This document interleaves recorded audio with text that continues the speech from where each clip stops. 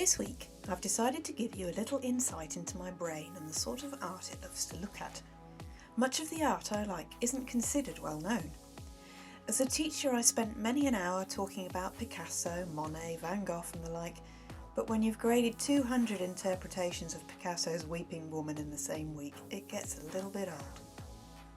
The art I've always loved isn't discussed at school level because it's too dangerous. It discusses religion or feminism or racism or politics or sexuality, and you need to be so careful not to offend. This isn't a diatribe on the school system though. Conceptual art can be a challenge for a lot of people. So today I'm going to show you that what fired my imagination was all the things I wasn't allowed to talk about as a school teacher. Art is something that lives and grows and changes through time. It evolves and branches off in different directions. Not only that, but the intentions of the artist are lost in the interpretation of others.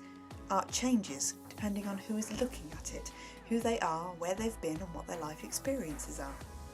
What I see in a Van Gogh will be completely different from what you see, and that's okay. As I often say, normal's boring. If we were all the same, the world would just be no fun at all. So this film is an introduction into the weird stuff that inhabits my brain.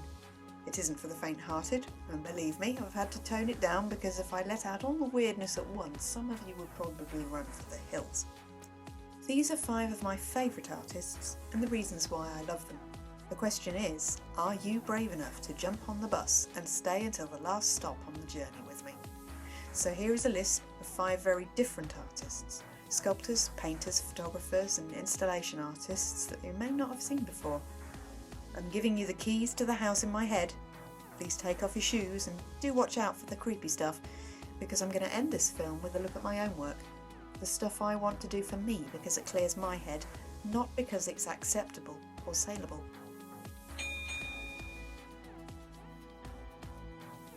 Jenny Saville is a British artist.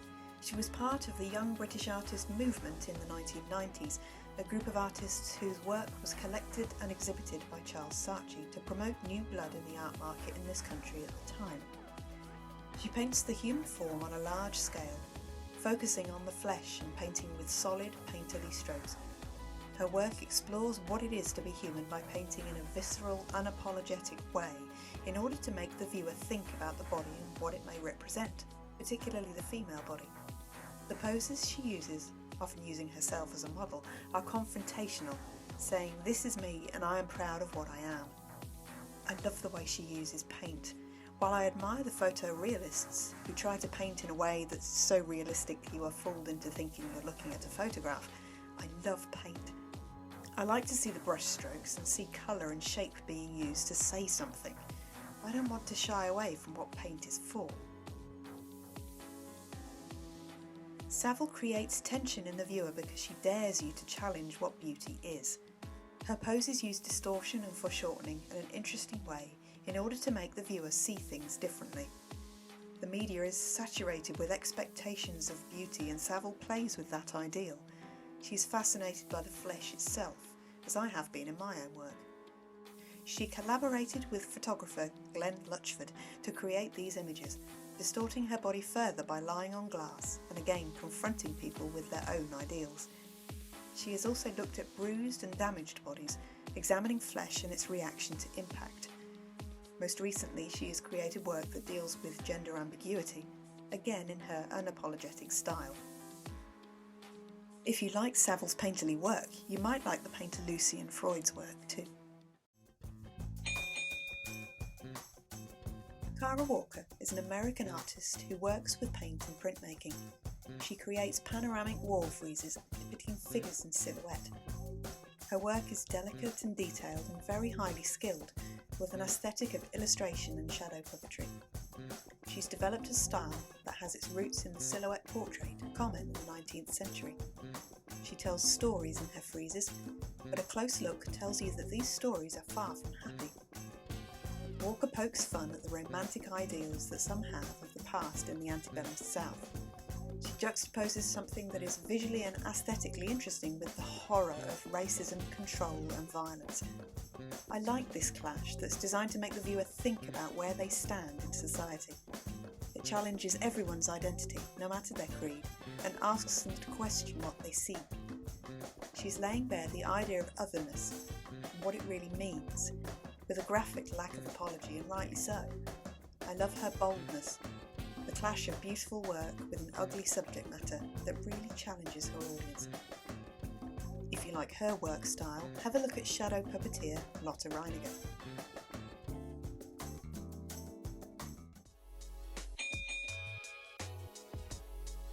And now for something completely different. Viola is an artist that uses technology to realise his ideas and has brought validity to the medium of video installation art. He uses this platform to explore his ideas of the universal human experiences, that is, birth, death, and the spiritual connections we make in the intervening time. He analyses consciousness and how it is interpreted in different religions and traditions. He commonly uses water in his work, which is part of what I like about it. He films people underwater or gasping for air or under a torrent of rain. This is an important metaphor for life because water can be responsible for both sustaining life and taking it away. He implies that water is the stuff of life whilst simultaneously showing you its destructive power. Water is often also used in religious ceremonies, so his work also addresses these practices and their symbolism. Viola is interested in balance and dualism, the idea that there are two sides to everything, light and dark, life and death, but he also strips things back to a raw emotion without context. He uses colour and sound to immerse the viewer in his idea, mesmerising us with visions in reverse and calming slowed down film. His art is very beautiful and makes you think in an understated way. You are submerged in it while you watch, and he gives you the time to consider his ideas at your own pace, reflecting on the human condition. If you like Viola's work, take a look at fellow video artist Andrew Thomas Huang.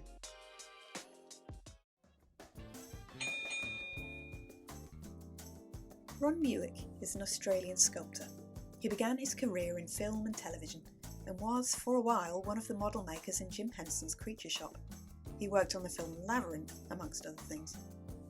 He's a master sculptor in my opinion, creating hyper-realist work. That is, he creates work that is uncannily human. His work can be eerie in its attention to detail, and he turns the ordinary into the extraordinary. He always depicts the ordinary people, but in such a way that the viewer feels like a voyeur peeping into someone's private thoughts. A very important part of Muick's work is the scale at which he sculpts. All his sculptures are unrealistically large or small. He either makes something tower above the viewer or puts a small sculpture on a plinth. It often determines how you see it, and I don't mean physically but mentally. A giant baby confronts you with the enormity of birth, and a quiet, small old lady makes you think of the diminished place in society often cruelly given to the elderly. I love his work because I'm interested in the simulacra, the idea of copying something to an uncanny level until it surpasses the identity of the original object, even when that object no longer exists. I admire his skill, and I like the social point he makes with his work. If you like his work, go and find the work of another wonderful sculptor, Patricia Piccinini.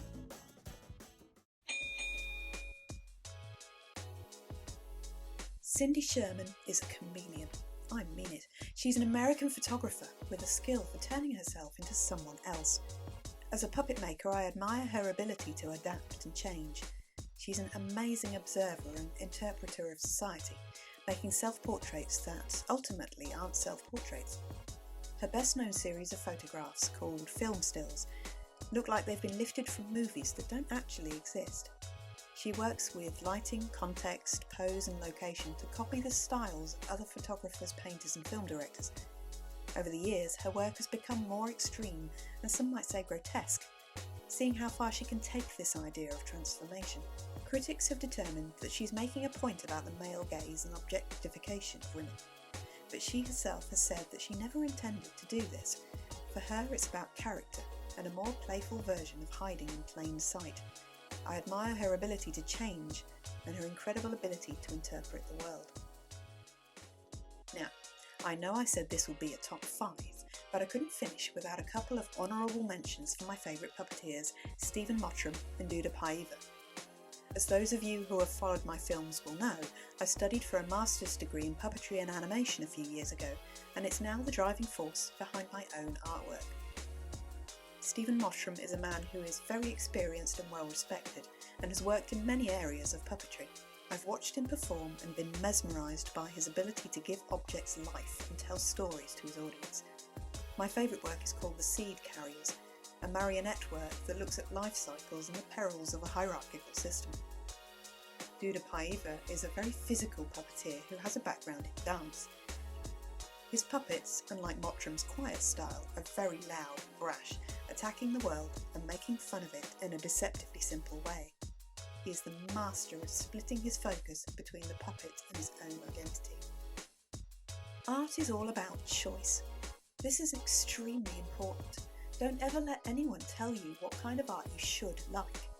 There are some very famous and well-liked artists that I can't stand. Everyone has a valid opinion about art. It isn't about saying the right thing, you just have to state your reasons and justify your opinion. I like art that shouts. Art that makes a point about humanity, what it means to be a person on this vast planet, to live amongst the variety in the world and join in with that diversity. I want to be emotionally involved, whether that means I'm uplifted, challenged or horrified. But I want to be challenged. Art is about speaking out, amplifying your voice for your own reasons. So go and find out who you are, say what you need to say, and do it with pride. Because you're the only person in the world who sees things in the way that you do. So go and do your thing. Leave a comment below and tell me who your favourite and not so favourite artists are, and give me a reason why, because that's the important bit and I really want you to think about it, and I really want to know. Tell me about your work and what it means to you, whatever medium you use. Don't forget to subscribe to this channel if you like what you hear and see, sign up for the weekly emails using the link below, and come over to Artymous76 on Instagram for more stuff. I might even tell you which of those respected artists I can't stand.